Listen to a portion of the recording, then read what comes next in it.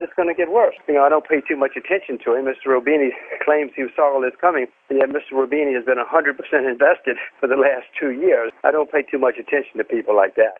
If I could keep with the depression theme here, you said recently that most of the major U.S. banks, the larger banks, are completely bankrupt. Well, the market agrees with you. Look at the weekly charts on Citigroup or Bank of America or American Express. I mean, you pointed out that the incompetent are stealing from the competent, and almost a reverse Robin Hood style robbery here with these bailouts. How much longer can this go on? Well, unfortunately, I'm afraid it can go on longer than you and I want it, than I want it to anyway. You can fool a lot of people for a lot of the time, as we've all seen many times in history. Eventually, of course, it's all going to collapse around us, and then everybody's going to be very angry. You're likely to have civil unrest later in America and other countries, not just America. You're already having it in some countries. And if things continue to get bad, and if I'm right, in a few months, people are going to wake up and say, this didn't work. All of this stuff that they've been doing in Washington did not and has not worked. Remember, Chris, they've been trying this for a couple of years now.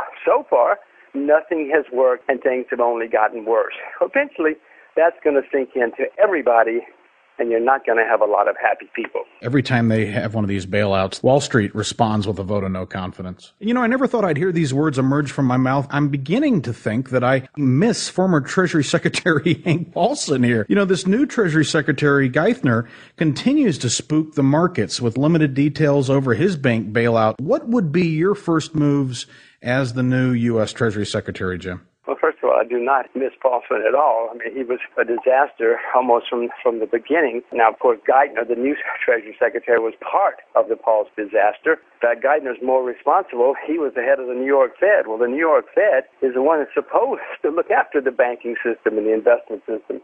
So it was all right there under his nose. He and Bernanke, and Greenspan, but Bernanke and Geithner are largely responsible for the problems we're having now. And Paulson was bad enough, but Geithner's even worse, if you ask me. What would I do if I were Geithner? If I were Geithner, I'd resign, while I can, because he's going to go down in history as a gigantic disaster. No question about that. What would I do? I'd abolish the Federal Reserve. I'd get rid of Bernanke. I would stop the bailouts. I would let people go bankrupt. And I would lower taxes on people so that people can save and invest, and maybe the system will revitalize itself. It's going to take a while, Chris, and we had the worst credit bubble we've had in world history. You don't finish something like that in a year or two and say, now let's move on. I mean, we had 10 years of just insanity. Somebody has to pay the price, whether we like it or not. Exactly. Unlike precious metals, the CRB and crude oil failed to have a big counter-trend rally here. And it appears as though this waning industrial operations, not just domestically but globally, has simply crushed demand, at least temporarily, for crude oil. Do you agree that this global recession is going to have to pass before we'll see a resumption in demand and much higher prices for crude? What's happening, Chris, is bad for most parts of the economy. The fundamentals of nearly everything are being impaired. The fundamentals at Citibank are impaired. The fundamentals at General Motors are impaired. However, the fundamentals for commodities are mainly being enhanced. Nearly every commodity you can think of, the fundamentals are improving because of what's going on. Some farmers cannot get loans for fertilizer.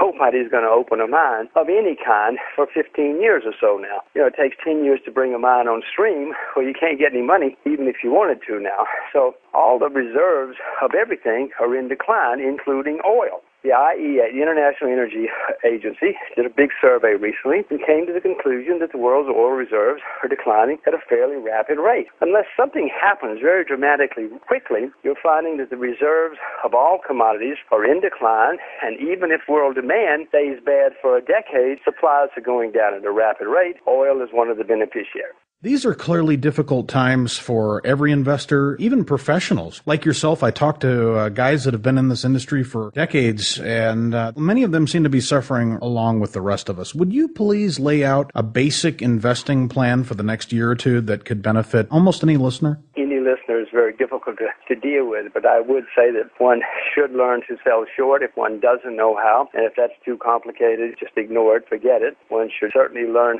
about what's happening. One should learn about commodities, real assets, whether it's oil or silver or gold or whatever it happens, zinc or copper, whatever it happens to be. Cotton should learn, because if I'm right, that's the only asset class which is going to come out of this with things enhanced and where the great opportunities are down the road. I would also learn about currencies, because if I'm right, we're going to have serious currency turmoil in the next 2 or 3 years. One should think about learning to invest abroad, because if I'm right, the U.S. dollar is going to suffer dramatically during the next 4 or 5 years, and one had better start taking out some insurance now, because things are not going to be fun, if I'm right, of course. Very good. Okay, my special guest today, Jim Rogers, renowned global money manager and author of the upcoming book, Of a Gift to My Children, A Father's Lesson for Life and Investing. This is scheduled for release on April 28th of this year. Jim, do you care to give folks a tidbit or two on the upcoming book? You know, I've been in the investment business a long time. I came to parenthood late, so I figured it's better to write down some of the things I've learned about life for my little girls. Many of the lessons, as you know, Chris,